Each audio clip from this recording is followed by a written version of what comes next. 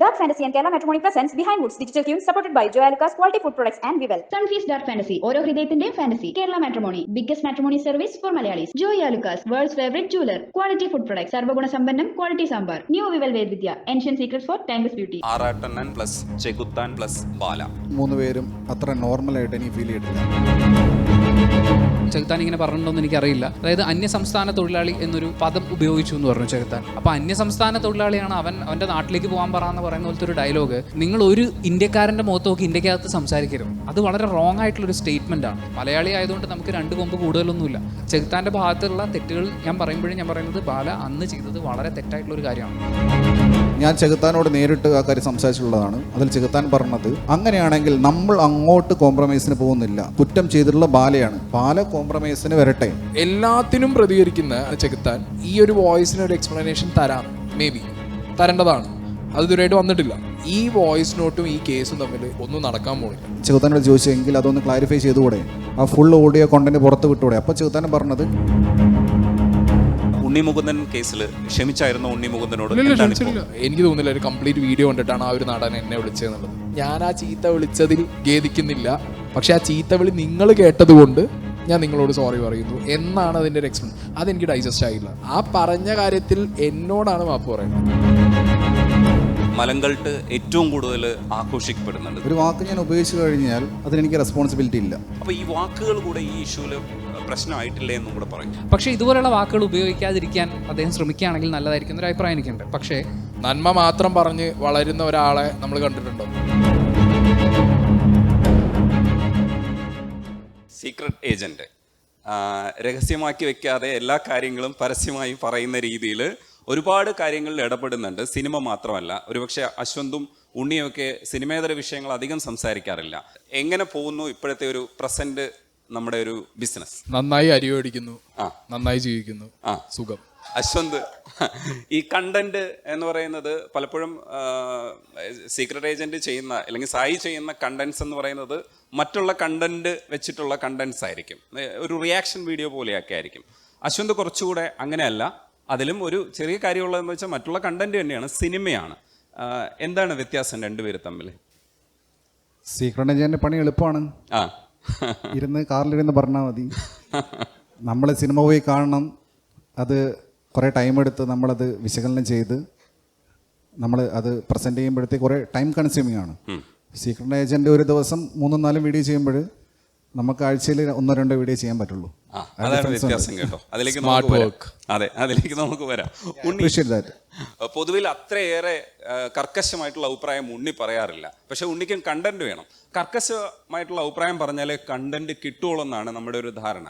പക്ഷെ ഉണ്ണി എങ്ങനെ ജീവിച്ചു പോകുന്നു? ജീവിച്ചു പോകാൻ ഭയങ്കര എളുപ്പമാണ്. നമ്മളെങ്ങനെ ജീവിക്കാൻ ആഗ്രഹിക്കുന്നു എന്നുള്ള അനുസരിച്ചിരിക്കും.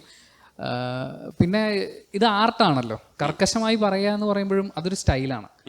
ഞാൻ എൻ്റെ സ്റ്റൈലിൽ ഇങ്ങനെ പോകുന്നു, അത് ആ ഒരു സ്റ്റൈലിൽ പോകുന്നു, അങ്ങനെ. ഇപ്പം സീക്രട്ട് ഏജന്റ് പറയുന്ന പോലെ നമ്മൾ സോഷ്യൽ ഇഷ്യൂ കൈകാര്യം ചെയ്യുമ്പോഴും ഞാൻ എൻ്റെ സ്റ്റൈലിൽ പോകുന്നു എന്ന് പറഞ്ഞ പോലെ എല്ലാത്തിനും ഇവിടെ സ്കോപ്പ് ഉള്ളത് കൊണ്ട് ഇങ്ങനെ ജീവിച്ചു പോകും. അരി വാങ്ങിക്കാൻ പറ്റുന്നുണ്ടെന്ന് മനസ്സിലായില്ലേ? അപ്പം നമുക്ക് ഇരിക്കാം. അശ്വന്തേ, കറണ്ട് സിനാരിയോയിൽ ഒരു ടോപ്പിക്ക് നടക്കുന്നുണ്ട്. ആറാട്ടണ്ണൻ പ്ലസ് ചെകുത്താൻ പ്ലസ് നമ്മുടെ ബാല. ഈ ഇഷ്യൂസ് ഇങ്ങനെ വരുന്നത് എന്തുകൊണ്ടായിരിക്കും? ബേസിക്കലി 3 പേരും അത്ര നോർമലായിട്ട് എനിക്ക് ഫീൽ ചെയ്തിട്ടില്ല. ബാലയായി കഴിഞ്ഞാലും എല്ലാ വിഷയങ്ങളും ചാടിക്കറി ഇടപെടുക, മുൻപിൻ നോക്കാതെ സംസാരിക്കുക, മീഡിയയ്ക്ക് കമൻസ് കൊടുക്കുക. ചെകുത്താനായി കഴിഞ്ഞാലും വളരെ റോ ആയിട്ട് സംസാരിക്കുന്ന ഒരാളാണ്. ആറാട്ടണ്ണൻ എന്ത് പറയുന്നു, എവിടെ എന്ത് സംസാരിക്കുന്നു, എന്താണ് അദ്ദേഹം സംസാരിക്കുന്നത് ഒരു ബോധവുമില്ല. അപ്പോൾ ഇങ്ങനെ 3 ആളുകൾ ഒരു വിഷയത്തിൽ ഇടപെടുമ്പോൾ അതൊരു എപ്പിക് കയോസ്, ഒരു കോമഡി പരിപാടിയാണ്. അങ്ങനെയാണ് എനിക്ക് ഫീൽ ചെയ്തിട്ടുള്ളത്. എന്തുകൊണ്ടായിരിക്കും ഇത്തരം ടോപ്പിക്സ് ഈ ചർച്ചയായിട്ട് വരുന്നത്? എന്തുകൊണ്ടായിരിക്കും? അത്രയും ഇൻഫ്ലുവൻസ് ചെയ്യുന്ന സോഷ്യൽ മീഡിയ സ്റ്റാറുകളായതുകൊണ്ടാണോ? പക്ഷെ ആറാട്ടണ്ണനൊക്കെ പെട്ടെന്ന് വന്ന ബൂമാണ്. എന്നിട്ടും എന്തുകൊണ്ട് ആഘോഷിക്കപ്പെടുന്നു? ഈ വിഷയം ഇങ്ങനെ പൊതുസമൂഹത്തിൽ ചർച്ചയാവുന്നത് എന്തുകൊണ്ടായിരിക്കും? ഇല്ല, സോഷ്യൽ മീഡിയ എന്ന് പറയുമ്പോൾ ഡേ ബൈ ഡേ ഗ്രോ ചെയ്തുകൊണ്ടിരിക്കുക. നമുക്ക് ഒരാളുടെ വളർച്ച അളക്കാൻ പറ്റില്ല. അപ്പോൾ നിങ്ങൾ ആറാട്ടണ്ണനെ വളരെ ലൈറ്റായിട്ടാവും എടുക്കുന്നത്. പക്ഷേ ആറാട്ടണ്ണൻ എന്ന് പറഞ്ഞ ഒരു കോണ്ടന്റ് വാല്യൂ ഭയങ്കര കൂടുതലല്ലേ കമ്പാരിറ്റീവ്ലി ടു ദ അതർ പക്ഷേ ഈ ആറാട്ടണ്ണൻ വരുന്നത് തന്നെ ആറാട്ട് എന്ന് പറയുന്ന സിനിമയെക്കുറിച്ച് ആറാടുകയാണ് എന്ന് പറയുന്നതിലൂടെയാണ് ആറാട്ടണ്ണൻ വരുന്നത്. അപ്പം അത് സത്യത്തിൽ അത് റിവേഴ്സ് കണ്ടന്റ് ആണ്, ഇല്ലെങ്കിൽ നമ്മൾ വിചാരിക്കുന്ന രീതിയിൽ പോവേണ്ടിയിരുന്നില്ല. വ്യൂവർഷിപ്പ് ആണ് മാറ്റേഴ്സ്. നമ്മൾ എന്ത് രീതിയിലുള്ള വ്യൂവർഷിപ്പ് കാണാൻ ഉള്ള ആളുകളുണ്ട് ബേസിക്കലി, അതിനനുസരിച്ചിരിക്കും ഒരാളുടെ വളർച്ചയും താഴ്ചയൊക്കെ. നന്മ മാത്രം പറഞ്ഞ് വളരുന്ന ഒരാളെ നമ്മൾ കണ്ടിട്ടുണ്ടോ? ഞാൻ കണ്ടിട്ടില്ല, കുറവായിരിക്കും. So on the other side കുറച്ചൊന്നിങ്ങനെ എന്താ പറയുക ഗിമിക്കൊക്കെ കാണിച്ച് അങ്ങനത്തെ രീതിയിൽ വളർന്നു പോകുന്നവർ എണ്ണം കൂടുതലാണ്. സോ അവിടെ വ്യൂവർഷിപ്പ് ഉണ്ട്, എല്ലാവർക്കും കാണാൻ താല്പര്യം എന്താ അങ്ങനത്തെ ടോപ്പിക്കുകളാണ്. വ്യൂവർഷിപ്പാണ് പ്രധാനമായിട്ട് for every one, any one, viewership matters. Ultimately viewership matters. പക്ഷേ ഉണ്ണി, ഇതിനകത്ത് ചെകുത്താൻ്റെ സംസാരത്തിൽ വരുന്ന അതിനു മുമ്പ് തന്നെ ബാല ആ വിഷയത്തിൽ പറഞ്ഞിട്ടുണ്ടായിരുന്നു, ആറാട്ടണ്ണനെ കൊണ്ട് മാപ്പ് ഉറയിപ്പിക്കുന്ന രീതിയിൽ, അതായത് എങ്ങനെയായിരിക്കണം പ്രതികരണം എന്നെ സംബന്ധിച്ചുള്ള ബാലയുടെ തീരുമാനവും അഭിപ്രായവും ഒക്കെ ആറാട്ടണ്ണനോട് പറഞ്ഞിട്ട് അത് പ്രകാരം ഒരു വീഡിയോ ഒക്കെ ചെയ്യുന്നത്. അതിനെ തുടർന്നാണ് ഈ വിഷയം വരുന്നതും ചെകുത്താൻ്റെ പ്രതികരണത്തെക്കുറിച്ച് സംസാരിക്കേണ്ടതുണ്ട് എന്നുള്ള അർത്ഥത്തിൽ പ്രതികരണം വരുന്നത്. ആ പ്രതികരണത്തിൽ ചെകുത്താൻ്റെ പ്രതികരണത്തിലെ വാക്കുകളോ ഇല്ലെങ്കിൽ ആ തരം ശൈലിയാണോ ഇതിനകത്ത് പ്രശ്നത്തിന് കാരണം, അതോ വ്യൂവർഷിപ്പാണോ, വെറും വ്യൂവർഷിപ്പാണോ? ഈ ബേസിക്കലി ഇതെല്ലാം ചർച്ചയാവുന്നതിൻ്റെ കാരണം വ്യൂവർഷിപ്പാണ്. പക്ഷെ അത് ചർച്ച ആവേണ്ട ആവശ്യം എവിടെ ഇരിക്കുന്നതെന്ന് വെച്ച് കഴിഞ്ഞാൽ, ഇപ്പോൾ ചെകുത്താൻ്റെ സംസാരം, ചെകുത്താന് സ്വാതന്ത്ര്യമുണ്ട് ഇഷ്ടമുള്ള പോലെ സംസാരിക്കാൻ. പക്ഷേ ഈ ഉപയോഗിക്കുന്ന വാക്കുകൾ വളരെ ഇമ്പോർട്ടൻ്റ് ആണ്. അതായത് ലാസ്റ്റ് ബാലയുടെ ഒരു ഇൻ്റർവ്യൂവിൽ പുള്ളി പറയുന്ന കേട്ട ഒരു കാര്യം, ഇത് ചെകുത്താൻ ഇങ്ങനെ പറഞ്ഞിട്ടുണ്ടോയെന്ന് എനിക്കറിയില്ല, അതായത് അന്യസംസ്ഥാന തൊഴിലാളി എന്നൊരു പദം ഉപയോഗിച്ചു എന്ന് പറഞ്ഞു ചെകുത്താൻ. അങ്ങനെ ഒരു വാക്ക് നിങ്ങൾ ഇന്ത്യയിൽ നിന്നാണ് സംസാരിക്കുന്നത്. നമുക്ക് നമ്മുടെ രാജ്യം ഉറപ്പ് തരുന്നൊരു സ്വാതന്ത്ര്യമാണ്. നമുക്ക് ഇന്ത്യയിൽ എവിടെയും ജോലി ചെയ്യാം, ഇന്ത്യയിൽ എവിടെയും താമസിക്കാം, ഇന്ത്യയിൽ ഈ നിയമങ്ങളൊക്കെ അനുസരിച്ച് നമുക്ക് ജീവിക്കാം. അല്ലെങ്കിൽ ഇപ്പോൾ ഒരു സംസ്ഥാനം പറയുകയാണ് ഞാൻ അവിടെ കടക്കരുത്, അതിന് നിയമപരമായ ഒരു സാധ്യത ഉണ്ടെങ്കിൽ ഞാനത് ചെയ്യാൻ പാടില്ല, അല്ലാത്ത പക്ഷം ഇന്ത്യയിൽ എവിടെ എനിക്ക് ജോലി ചെയ്യാം. അപ്പോൾ അന്യസംസ്ഥാന തൊഴിലാളിയാണ് അവൻ്റെ നാട്ടിലേക്ക് പോകാൻ പറയാമെന്ന് പറയുന്ന പോലത്തെ ഒരു ഡയലോഗ് നിങ്ങൾ ഒരു ഇന്ത്യക്കാരൻ്റെ മുഖത്ത് നോക്കി ഇന്ത്യക്കകത്ത് സംസാരിക്കരുത്. അത് വളരെ റോങ് ആയിട്ടുള്ളൊരു സ്റ്റേറ്റ്മെൻറ്റാണ്. ഇവിടെ ജോലി ചെയ്യാൻ വരുന്ന എല്ലാവർക്കും അവരുടേതായിട്ടുള്ള എന്താ പറയുക ആത്മാഭിമാനമുണ്ട്, അവർക്കിവിടെ നിൽക്കാനുള്ള എല്ലാ സ്വാതന്ത്ര്യവും നമ്മുടെ നാട് കൊടുക്കുന്നുണ്ട്. മലയാളി ആയതുകൊണ്ട് നമുക്ക് 2 കൊമ്പ് കൂടുതലൊന്നുമില്ല. അപ്പം ആ സെൻറ്റൻസ് അതുപോലെയുള്ള വാക്കുകൾ ഉപയോഗിക്കുന്നത് വളരെ റോങ് ആണ്. അതിന് എന്താ പറയുക, അതിനൊരു സെൻസർഷിപ്പ് പോലെ നമ്മുടെ ഗവൺമെൻറ്റിനെയൊക്കെ സെൻസർഷിപ്പിനെ ഏൽപ്പിച്ച് കഴിഞ്ഞാൽ അത് വളരെ റോങ് ആവുകയുള്ളൂ. പക്ഷേ ഇതുപോലെയുള്ള വാക്കുകൾ ഉപയോഗിക്കാതിരിക്കാൻ അദ്ദേഹം ശ്രമിക്കുകയാണെങ്കിൽ നല്ലതായിരിക്കും എന്നൊരു അഭിപ്രായം എനിക്കുണ്ട്. പക്ഷേ അങ്ങനെയുള്ള വാക്കുകൾ ഉപയോഗിച്ചു എന്ന് പറയുമ്പോൾ പോലും ഒരാളുടെ വീടിനകത്തേക്ക് അയാളുടെ അനുവാദമില്ലാതെ കടന്നു ചെല്ലാനും അയാളെ ഉപദ്രവിക്കുകയോ പേടിപ്പിക്കുകയോ പോലൊരു കാര്യം ചെയ്യാനും ഇന്ത്യയിലെ ഒരാൾക്കും ഒരു എന്താ പറയുക അതിനുള്ള അവകാശമില്ല. ബാല ചെകുത്താൻ്റെ ഭാഗത്തുള്ള തെറ്റുകൾ ഞാൻ പറയുന്നത് ബാല അന്ന് ചെയ്തത് വളരെ തെറ്റായിട്ടുള്ളൊരു കാര്യമാണ്. വീടിനകത്തേക്ക് അനുമതിയില്ലാതെ കയറി ചെന്നതിന് ശേഷം കാണിച്ചു കൂട്ടുന്ന നമ്മൾക്ക് എല്ലാവർക്കും വേണ്ടിയാണ് ചെയ്യുന്നത്, നിങ്ങൾക്ക് ആർക്കും ഇഷ്ടമല്ലല്ലോ, എനിക്കും ഇഷ്ടമല്ല, അപ്പം ഞാൻ ചെയ്താൽ എന്താ തെറ്റ്, ഞാൻ എല്ലാവർക്കും വേണ്ടി പ്രതികരിക്കുന്നു എന്ന് പറയുമ്പോൾ അപ്പോഴും പറയാനുള്ളത് ഇത് ഇന്ത്യയാണ്, ഇവിടെ നിങ്ങളല്ല പ്രതികരിക്കേണ്ടത്. നിങ്ങൾക്ക് എന്തെങ്കിലും പരാതി ഉണ്ടെങ്കിൽ നിങ്ങൾ കംപ്ലൈൻറ്റ് കൊടുക്കണം, അതാണ് ചെയ്യേണ്ടത്. അതേപോലെ ആറാട്ടണ്ണൻ്റെ കേസിൽ വരുമ്പോഴും അദ്ദേഹത്തിൻ്റെ പ്രശ്നം എന്താണ് എന്നുള്ളത് ശരിക്കും നമ്മളൊന്ന് പഠിക്കേണ്ട ഒരു കാര്യമുണ്ട്.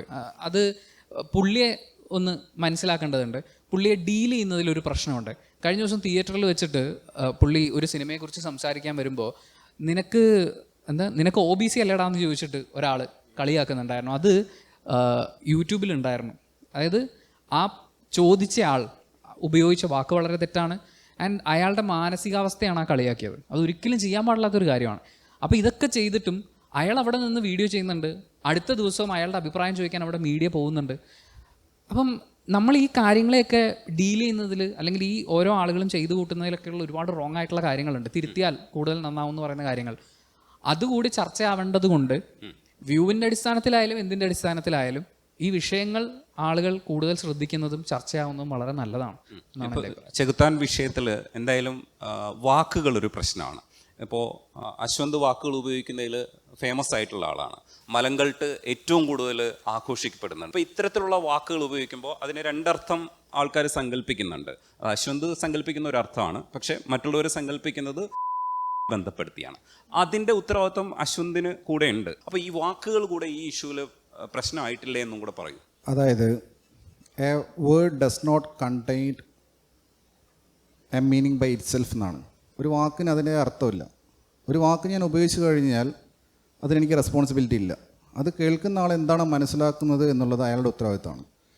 ഞാൻ മലങ്കൾട്ട് എന്ന് പറയുന്നത് ഉദ്ദേശിച്ചിട്ടോ ആയിട്ട് ബന്ധപ്പെടുത്തിയിട്ടോ അല്ല.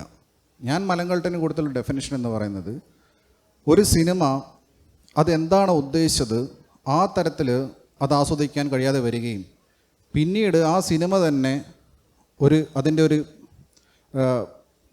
ഓപ്പോസിറ്റ് വേർഷനായിട്ട് മാറുകയാണ്. അതായത് ഒരു സീരിയസ് ആയിട്ട് എടുത്തൊരു സിനിമ ഒരു കോമഡിയായി മാറുകയും കോമഡി ആയിട്ട് എടുത്തൊരു സിനിമ നമുക്ക് ഒരു തരത്തിലും ആസ്വദിക്കാത്ത ഒരു അറുബോറൻ സിനിമ ചെയ്യുന്ന സമയത്താണ് ഞാൻ മലങ്കൾട്ട് എന്ന് പറയുന്നത്. പിന്നീട് ആ തരത്തിൽ നമുക്കതിനെ ആസ്വദിക്കാം. അപ്പോൾ അതുകൊണ്ട് തന്നെ ഞാൻ എന്താണോ പറഞ്ഞത് അത് അവിടെ കഴിഞ്ഞു. പിന്നീട് ആളുകൾ എങ്ങനെ എടുക്കുന്നുള്ള എനിക്ക് റെസ്പോൺസിബിലിറ്റി ഇല്ല. അതേപോലെ തന്നെ ഒരു വാക്കാണ് മന്ദപ്പൻ എന്ന് മോഹൻലാലിനെ കുറിച്ച് പറഞ്ഞു എന്നുള്ള വ്യാഖ്യാനം. ഈ വാക്കുകളാണ് ഇവിടെയും പ്രശ്നമായിരിക്കുന്നത്. ചെകുത്താൻ്റെ വാക്കുകളാണ് ഒരു പക്ഷേ ഈ തരത്തിൽ പരുവപ്പെട്ടതെന്നാണ് ബാല ആരോപിക്കാൻ ശ്രമിക്കുന്നത്. അല്ല, ചെകുത്താൻ സംസാരിക്കുന്നത് വ്യക്തികളെ കുറിച്ചാണ്. ഞാൻ സംസാരിക്കുന്നത് ഒരു സിനിമയിലെ കഥാപാത്രങ്ങളെ കുറിച്ചാണ്. ഞാൻ ലാലേട്ടനെ ഒരിക്കലും മന്ദപ്പൻ എന്ന് വിളിച്ചിട്ടില്ല. ഞാൻ പറഞ്ഞത് ആ സിനിമയിൽ ഒരു കുട്ടി ജയിലിൽ പോകുന്നു വളരെ ചെറിയ പ്രായത്തിൽ. ആ കുട്ടി അത്രയും വർഷം ജയിലിൽ കിടന്നിട്ട് പിന്നീട് വലുതായിട്ട് പുറംലോകമായിട്ടൊരു ബന്ധമില്ലാതെ ഒരു മന്ദപ്പനായിട്ടാണ് ആ കുട്ടി തിരിച്ചു വരുന്നത്. അതായത് ഒരു മന്ദത ബാധിച്ച, മന്ദത എന്ന് പറഞ്ഞ വാക്കിന് അർത്ഥം അറിയാലോ, ഒന്നും റെക്കഗ്നൈസ് ചെയ്യാൻ പറ്റാതെ, ഒരു അഡാപ്റ്റബിലിറ്റി ഇല്ലാതെ ഒരു കുട്ടി ഇങ്ങനെ, അതായത് ഒരു കട്ടിലിൽ കിടന്നുറങ്ങാൻ പറ്റുന്നില്ല. അത്രയും വർഷം ജയിലിൽ കിടന്ന നിലത്താണ്. അപ്പം കട്ടിൽ നിലത്ത് കിടക്കുന്നു. അങ്ങനെ ഒരു മന്ദത ബാധിച്ച ഒരു ക്യാരക്ടർ അത് ലാലേട്ടൻ ചെയ്തതാണ് പറഞ്ഞത്. ഞാൻ ഒരിക്കലും ഒരു നടനെയോ ഒരു വ്യക്തിയോ ഒരു നടിയോ ആരെയും ഞാൻ പേഴ്സണലി പറയാറില്ല. ഞാൻ ക്യാരക്ടേഴ്സിനെയാണ് പറയുന്നത്. ഈ വിഷയത്തിൽ ഇപ്പോൾ ചെകുത്താൻ വിഷയത്തിലും ഇതേപോലെ വാക്കുകൾ കുറച്ചുകൂടെ നന്നായി ഉപയോഗിച്ചിരുന്നെങ്കിൽ നമ്മളിതിൻ്റെ ശരിക്കുള്ള മെറിറ്റിലേക്ക് കടക്കുമായിരുന്നു എന്നുള്ള അഭിപ്രായം പലർക്കും ഉണ്ട്. പക്ഷെ നമ്മൾ മെറിറ്റ് നഷ്ടപ്പെട്ടു പോകുന്നില്ലേ എന്നുള്ളൊരു ചോദ്യം അതിനകത്തില്ലേ? തീർച്ചയായിട്ടും. കാരണം ചെകുത്താനെ ഞാൻ കഴിഞ്ഞൊരു 10 വർഷത്തിലധികമായിട്ട് വാച്ച് ചെയ്യുന്ന ഒരാളാണ്. ഞാനൊക്കെ വ്ളോഗിങ്ങിലേക്ക് വരുന്നതിന് മുൻപേ തന്നെ ചെകുത്താൻ വെൽ എസ്റ്റാബ്ലിഷ്ഡ് ആയിരുന്നു. പിന്നീട് കണ്ടിന്യൂസ് ആയിട്ട് ചെകുത്താൻ്റെ ഭാഷ ഇങ്ങനെ തുടർന്ന് വന്ന സമയം ചെകുത്താൻ വളരെ റോ ആണ്. പിന്നെ ഒരിക്കലും ചെകുത്താൻ ആ രീതിയിൽ സംസാരിക്കുന്നത് അറ്റൻഷൻ സീക്കിങ്ങിൻ്റെ ഭാഗമായിട്ടോ വ്യൂവർഷിപ്പ് കൂടാൻ വേണ്ടിയിട്ടൊന്നുമല്ല. പുള്ളിയുടെ സ്റ്റൈലാണ്, പുള്ളിയുടെ വേ ഓഫ് നേച്ചറാണത്. ആ രീതിയിൽ പുള്ളി സംസാരിച്ച് വന്ന് പിന്നീട് ആളുകൾക്ക് അത് റിപ്പീറ്റേഷൻ ഫീൽ ചെയ്ത് തുടങ്ങി. മാത്രമല്ല പല സന്ദർഭങ്ങളിലും പുള്ളി സംസാരിക്കുന്നത് വളരെ റൂഡായിട്ടും വളരെ ആളുകൾക്ക് ഉൾക്കൊള്ളാൻ പറ്റാത്ത രീതിയിലും വന്നു തുടങ്ങിയതിന് ശേഷമാണ്. പിന്നെ പുള്ളി ഒരിക്കലും പുള്ളിയെ ബ്രാൻഡ് ചെയ്യാൻ ശ്രമിച്ചിട്ടില്ല. എൻ്റെ അറിവിൽ പുള്ളിക്ക് ഒരുപാട് ഫേസ്ബുക്കിൽ ഒരുപാട് ചാനൽസ് ഉണ്ട്. ചെകുത്താൻ 2020, ചെകുത്താൻ 2023, അറബി ചെകുത്താൻ എന്ന് പറഞ്ഞിട്ട് ഒന്നിനും മോണിറ്റൈസേഷനും പരിപാടിയൊന്നുമില്ല. യൂട്യൂബിലാണെങ്കിൽ വ്യൂസും ഇല്ല. അപ്പോൾ പുള്ളിക്ക് യാതൊരു എക്കണോമിക് ബെനിഫിറ്റും ഇല്ല. പുള്ളി ഇങ്ങനെ ഇരുന്ന് പറയുന്നു. പുള്ളിക്ക് അതൊരു ക്രേസ് ആണെന്ന് എനിക്ക് തോന്നുന്നത്. പക്ഷേ അതിനിടയിൽ ഒരു കാര്യം കൂടെ പറയാനുള്ളൂ. അവസാനം ബാലയുടെ ഇഷ്യൂവിൽ പുറത്തു വന്ന ഓഡിയോ എന്ന് പറയുന്നത് ബെനിഫിറ്റ് ഉണ്ട്, ഇല്ലെങ്കിൽ കാശ് കിട്ടണം എന്നുള്ള അർത്ഥത്തിലാണ് ആ വർത്താനം പോകുന്നത്. ഒരുപക്ഷെ ആ കേസ് ഒത്തുതീർപ്പാക്കണമെങ്കിൽ എന്താണ് വേണ്ടത് എന്നുള്ള രീതിയിൽ പറയുന്നുണ്ട്. അത് ആറാട്ടണ്ണൻ പുറത്തുവിട്ട ഓഡിയോ ക്ലിപ്പിലുണ്ട്. സായി അതിനോട് പ്രതികരിച്ചിട്ടുണ്ടായിരുന്നു. ഞാൻ ചെകുത്താനോട് നേരിട്ട് ആ കാര്യം സംസാരിച്ചിട്ടുള്ളതാണ്. അതിൽ ചെകുത്താൻ പറഞ്ഞത്, ചെകുത്താൻ്റെ ഒരു സുഹൃത്ത്, അതായത് ആറാട്ടണ്ണനായിട്ട് ആത്മബന്ധമുള്ള ഒരു സുഹൃത്ത്, ക്യാപ്റ്റൻ സോളോ എന്ന് പറയപ്പെടുന്ന ഒരു സുഹൃത്ത്, ആറാട്ടണ്ണനെ എങ്ങനെയെങ്കിലും ഈ ഇഷ്യൂ ഒന്ന് രക്ഷപ്പെടുത്തണം. പുള്ളി മെൻ്റലി വളരെ ട്രോമാറ്റിക് സിറ്റുവേഷനാണ് കടന്നു പോകുന്നത്. പുള്ളി സൂയിസൈഡ് ചെയ്യാൻ വരെ സാധ്യതയുണ്ട്. അപ്പോൾ എങ്ങനെയെങ്കിലും ഇത് നമ്മൾക്ക് സോൾവ് ചെയ്യണമെന്ന് പറഞ്ഞപ്പോൾ അതിനുള്ള മറുപടിയായിട്ടാണ് ചെകുത്താൻ എന്ത് പറഞ്ഞത്, അങ്ങനെയാണെങ്കിൽ നമ്മൾ അങ്ങോട്ട് കോംപ്രമൈസിന് പോകുന്നില്ല, കുറ്റം ചെയ്തിട്ടുള്ള ബാലയാണ്, ബാല കോംപ്രമൈസിന് വരട്ടെ, വരുമ്പോൾ നമുക്ക് ഡീല് ചെയ്യാം, ഡീല് ചെയ്യുമ്പോൾ അത് ആ രീതിയിൽ ഡീല് ചെയ്യണമല്ലോ, കാശ് കിട്ടണ്ടേ, കാരണം പുള്ളി തെറ്റ് ചെയ്തുകൊണ്ട് പുള്ളി ഇങ്ങോട്ട് കോംപ്രമൈസ് വരുവാണെങ്കിൽ നമുക്ക് ഡീല് ചെയ്യാം എന്നാണ് പറഞ്ഞിട്ടുള്ളത്. ഒന്ന് ഇടപെട്ടോട്ടെ. സായിയുടെ റിയാക്ഷനിൽ നിന്ന് എനിക്ക് മനസ്സിലായത് അങ്ങനെ ആയിരുന്നില്ല. സായി ഉദ്ദേശിച്ചത് എന്തായിരുന്നു? സായിയുടെ അഭിപ്രായം എന്താ ഈ വിഷയത്തിൽ? അതിൻ്റെ ഒരു ഫുൾ എക്സ്പ്ലനേഷൻ ഒന്നിനും ചെകുത്താൻ തരണം. അപ്പോൾ ചെകുത്താൻ നമുക്കൊക്കെ ഇൻഡിവിജ്വൽ എക്സ്പ്ലനേഷൻ തന്നിട്ടുണ്ട്. പക്ഷേ ആ ഒരു എക്സ്പ്ലനേഷൻ എനിക്കിപ്പോൾ പബ്ലിക്കായിട്ട് വന്നിരുന്നിട്ട് പറഞ്ഞു കഴിഞ്ഞിട്ട് നോ യൂസ്. കാരണം ഞാനത് വന്നിരുന്ന് പറയുമ്പോഴും ഞാൻ ചെകുത്താനിൽ നിന്ന് കേട്ടതാണ് ഞാൻ ഇവിടെ പറയുക. So that doesn't matter. അങ്ങനെ ഒരു അലിഗേഷൻ വരുമ്പോൾ ഇത്രയും ഹൈപ്പിൽ നിൽക്കുന്നൊരു ഇൻസിഡൻ്റ് ആണിത്. അപ്പോൾ അതിനൊരു എല്ലാത്തിനും പ്രതികരിക്കുന്ന അല്ലെങ്കിൽ എല്ലാത്തിനും ഒരു എക്സ്പ്ലനേഷൻ തരുന്ന ചെകുത്താൻ ഈ ഒരു വോയിസിന് ഒരു എക്സ്പ്ലനേഷൻ തരാം, മേ ബി തരേണ്ടതാണ്. അത് ഇതുവരെയായിട്ട് വന്നിട്ടില്ല. പിന്നെ വേറൊരു കാര്യം എന്ന് പറഞ്ഞാൽ ഈ വോയിസ് നോട്ടും ഈ കേസും തമ്മിൽ ഒന്നും നടക്കാൻ പോണില്ല. അത് അത്യാവശ്യം കേസും കാര്യങ്ങളൊക്കെ കേസുമായി ബന്ധപ്പെട്ടതല്ല, നമ്മൾ കാശിന്റെ കേസ്. അതെ, പിന്നെ കാശിന്റെ കേസ് വേറൊരു കാര്യം പറയാം. ഇപ്പോൾ കോക്കിനോട് പറഞ്ഞ പോലെ തന്നെ എന്നോടും ചെകുത്താൻ പേഴ്സണലി ഇതേ കാര്യം പറഞ്ഞിട്ടുണ്ട്. അപ്പോൾ ഈ കാര്യം കേൾക്കുമ്പോൾ എനിക്കതവിടെ ഒരു ഇതെന്താ ഇങ്ങനെ തോന്നാൻ എനിക്ക് പേഴ്സണലി തോന്നാൻ കാരണം അവിടെ ഈ മണി ഇൻവോൾവ്സ് ആ ഒരു സാധനം വന്നതുകൊണ്ട് അതിപ്പോൾ ഓരോരുത്തരും ഓരോ രീതിയിലായിരിക്കും. കോക്കിന് അതിൻ്റെ ഇടയിൽ എന്തോ ചേർക്കാൻ അതിൽ ഏജന്റ് പറഞ്ഞൊരു കാര്യം, അതിനുശേഷം ചെകുത്താൻ ആ വിഷയത്തിന് ഒരു ക്ലാരിഫിക്കേഷൻ നൽകിക്കൊണ്ട് വീഡിയോ ചെയ്തില്ല എന്നുള്ളതാണ്. ഞാൻ ഇതേ കാര്യം ചോദിച്ചു, ഞാൻ ചെകുത്താനോട് ചോദിച്ചു, എങ്കിൽ അതൊന്ന് ക്ലാരിഫൈ ചെയ്തുകൂടെ, ആ ഫുൾ ഓഡിയോ കണ്ടന്റ് പുറത്ത് വിട്ടുകൂടെ? അപ്പോൾ ചെകുത്താൻ പറഞ്ഞത് കേസ് നിലവിൽ നിലനിൽക്കുന്നതുകൊണ്ട് അതിൽ സംസാരിക്കാൻ പുള്ളിക്ക് പാടില്ല. അതിനുശേഷം പുള്ളി ബാലയായിട്ട് ബന്ധപ്പെട്ട ഒരു വീഡിയോ ചെയ്തിട്ടില്ല. അപ്പം അങ്ങനെ നിർദ്ദേശം ഉള്ളത് കൊണ്ട് പുള്ളിക്ക് ആ വിഷയം സംസാരിക്കാൻ പാടില്ലാത്തത് കൊണ്ടാണ് പുള്ളി സംസാരിക്കുന്നതാണ് എന്ന് എൻ്റെ അടുത്ത് പറഞ്ഞിട്ടുള്ളത്.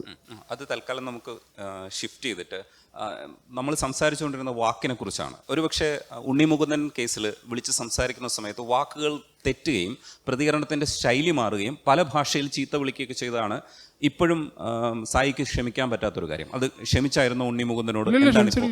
അത് അങ്ങനെയായി മാറിയില്ലായിരുന്നെങ്കിൽ ഒരുപക്ഷെ നമ്മൾ സിനിമയെക്കുറിച്ചാണ് സംസാരിച്ചത്, പക്ഷേ വിഷയം മറ്റൊന്നായി മാറി. വ്യക്തിപരമായ അധിക്ഷേപവും അമ്മയ്ക്കും ഒക്കെ ചീത്ത വിളിക്കുന്ന തലത്തിലേക്ക് മാറിപ്പോയി. ഇതും വാക്കിൻ്റെ പ്രശ്നമല്ലേ? വാക്കുകൾ ശരിക്കും നമ്മൾ സൂക്ഷിച്ചുപയോഗിക്കേണ്ടതല്ലേ? അല്ല, വാക്ക് സൂക്ഷിച്ചുപയോഗിക്കണം. അത് എങ്ങനെ, എപ്പോൾ, ആരോട്, എവിടെ, എങ്ങനെ, അത് നമുക്ക് മനസ്സിലാവണം. നമ്മൾ എത്രത്തോളം വളരുന്നു അതിനനുസരിച്ച് നമ്മൾ വാക്കുകൾ കൺട്രോൾ ചെയ്യണം. അല്ലെങ്കിൽ പറഞ്ഞ വാക്കിൽ നമുക്ക് എന്ത് ചെയ്യണം, എക്സ്പ്ലനേഷൻ കൊടുക്കാൻ പറ്റണം. അന്നത്തെ കേസ് എന്ന് പറഞ്ഞു കഴിഞ്ഞാൽ എനിക്ക് തോന്നുന്നില്ല ഒരു കംപ്ലീറ്റ് വീഡിയോ കണ്ടിട്ടാണ് ആ ഒരു നടൻ എന്നെ വിളിച്ചതെന്നുള്ളത്. മേ ബി ആ കംപ്ലീറ്റ് വീഡിയോ കണ്ടിട്ടുണ്ടെങ്കിൽ കാര്യം വേറെ രീതിയിലായിരിക്കും. ആരെങ്കിലുമൊക്കെ എവിടെയെങ്കിലുമൊക്കെ കട്ട് ചെയ്തൊരു പീസ് കണ്ടിട്ടായിരിക്കാം വിളിച്ചതും സംസാരിച്ചതൊക്കെ.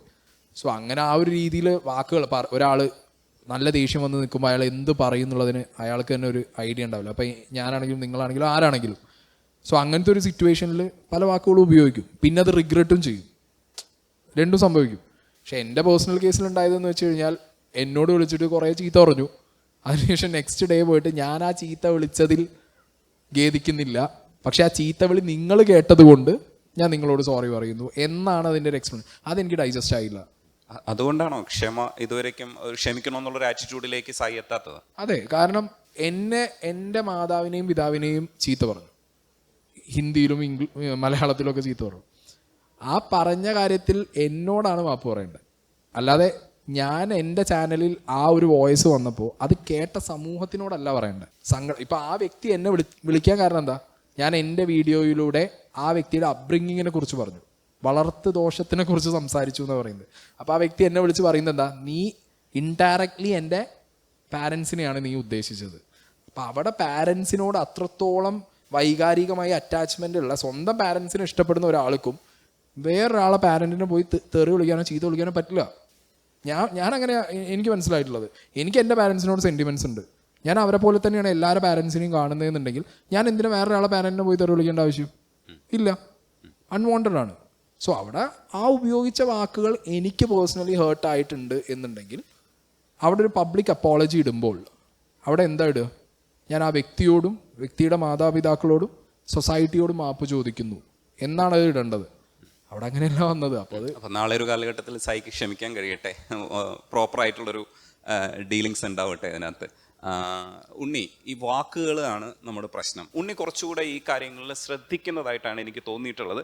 ഇല്ലെങ്കിൽ ഈ സീക്രട്ട് ഏജൻ്റ് ഒക്കെ ചെയ്യുന്നത് മാതിരി പെട്ടെന്ന് റിയാക്ഷൻ ചെയ്യേണ്ടി വരാത്തത് കൊണ്ടാണോ ഉണ്ണി സേഫായിട്ടിരിക്കുന്നത്? അല്ല, ഞാൻ ഉപയോഗിച്ച് കഴിഞ്ഞാൽ ഇങ്ങനെയൊക്കെ തന്നെ, ഇത്രയൊക്കെ തന്നെ ഉള്ളൂ. ഇതിൻ്റെ അപ്പുറത്തേക്ക് എന്താ പറയുക, അങ്ങനെ സംസാരിച്ച് ശീലമില്ല. അപ്പം അതുകൊണ്ടാണ് അങ്ങനെ സംഭവിക്കാത്തത്. പിന്നെ ഞാൻ വീഡിയോയിൽ സംസാരിക്കുമ്പോൾ ഞാൻ ശ്രദ്ധിക്കുന്ന ഒരു കാര്യം എന്ന് പറഞ്ഞു കഴിഞ്ഞാൽ, ചിലപ്പോൾ റേഡിയോയിൽ നമ്മൾ അങ്ങനെ ആയിരിക്കും. ഞാൻ റേഡിയോയിൽ വർക്ക് ചെയ്തിരുന്ന സമയത്താണ്. അപ്പം നമ്മൾ സംസാരിക്കുമ്പോൾ നമ്മൾ വെൽ പ്രിപ്പയർഡ് ആയിട്ടേ സംസാരിക്കുള്ളൂ. അപ്പോൾ അത് കഴിഞ്ഞിട്ട് ഇപ്പം യൂട്യൂബിൽ വീഡിയോ ചെയ്യുമ്പോഴാണെങ്കിലും ഞാൻ ആലോചിക്കുന്നത്, ഞാൻ പറയുന്ന കാര്യങ്ങൾ ക്ലിയർ ആയിരിക്കണം. വേറൊരാൾ ഇപ്പം ഞാനൊരു സോഷ്യലി റെലവൻ്റ് ആയിട്ടുള്ള ഒരു വിഷയത്തിനെ കുറിച്ചാണ് സംസാരിക്കുന്നതെങ്കിൽ ഞാൻ പറഞ്ഞ വിഷയത്തിൽ എൻ്റെ അഭിപ്രായത്തിന് ഓപ്പോസിറ്റ് വരാനുള്ള അഭിപ്രായങ്ങളെ കൂടി ഞാൻ ആലോചിക്കും. ആ അഭിപ്രായങ്ങൾക്കും കൂടി ഒരു ക്ലോഷർ കൊടുത്തിട്ടായിരിക്കും വീഡിയോ എൻഡ് ചെയ്യുക. മാത്രമല്ല, അത് ഒരുപാട് ആലോചിച്ച് പ്രിപ്പയർ ചെയ്തിട്ട് ചെയ്യുള്ളൂ. അതുകൊണ്ടായിരിക്കാം ഒരുപക്ഷെ വാക്കുകൾ അങ്ങനെ പോവാത്തത്. ചിലപ്പം എന്താ പറയുക, സ്പോട്ടിൽ റെസ്പോൺസ് കൊടുക്കുന്ന ഒരു സാധനമായിരുന്നെങ്കിൽ ചിലപ്പോൾ എൻ്റെ കയ്യിൽ നിന്നും വന്നേനെ.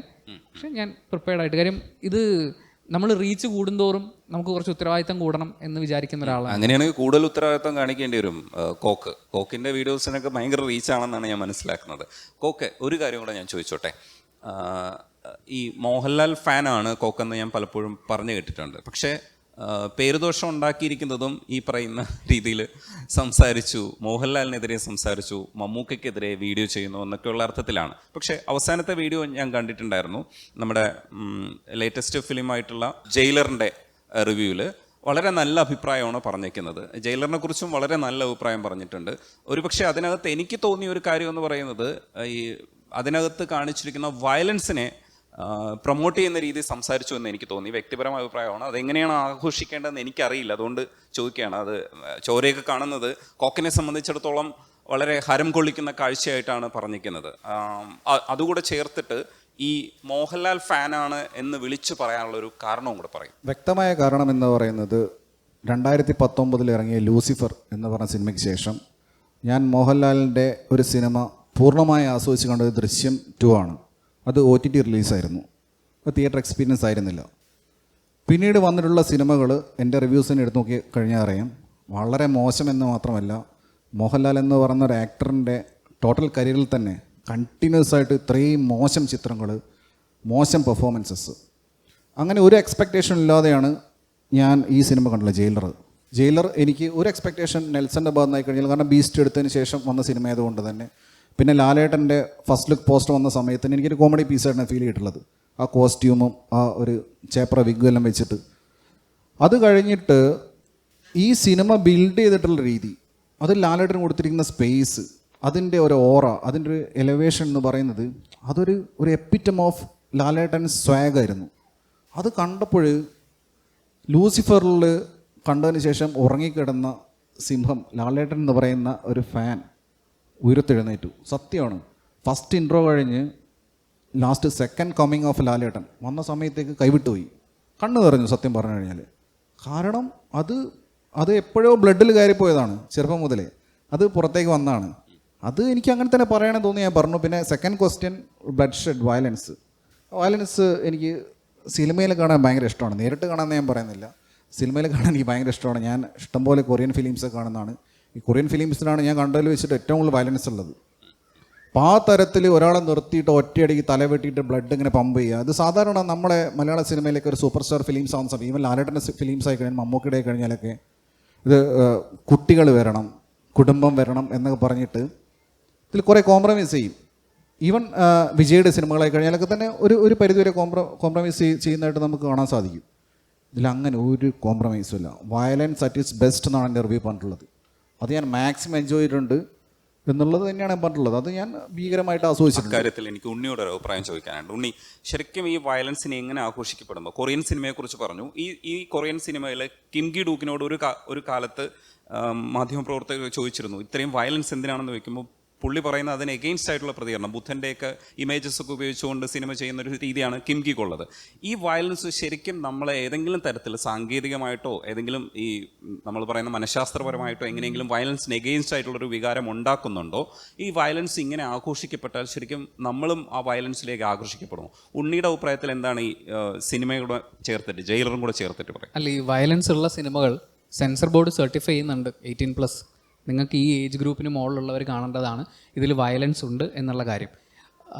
അത് ലോകം മുഴുവൻ അങ്ങനെ ഒരു ഒരു വിഭാഗം സിനിമകളുണ്ട്.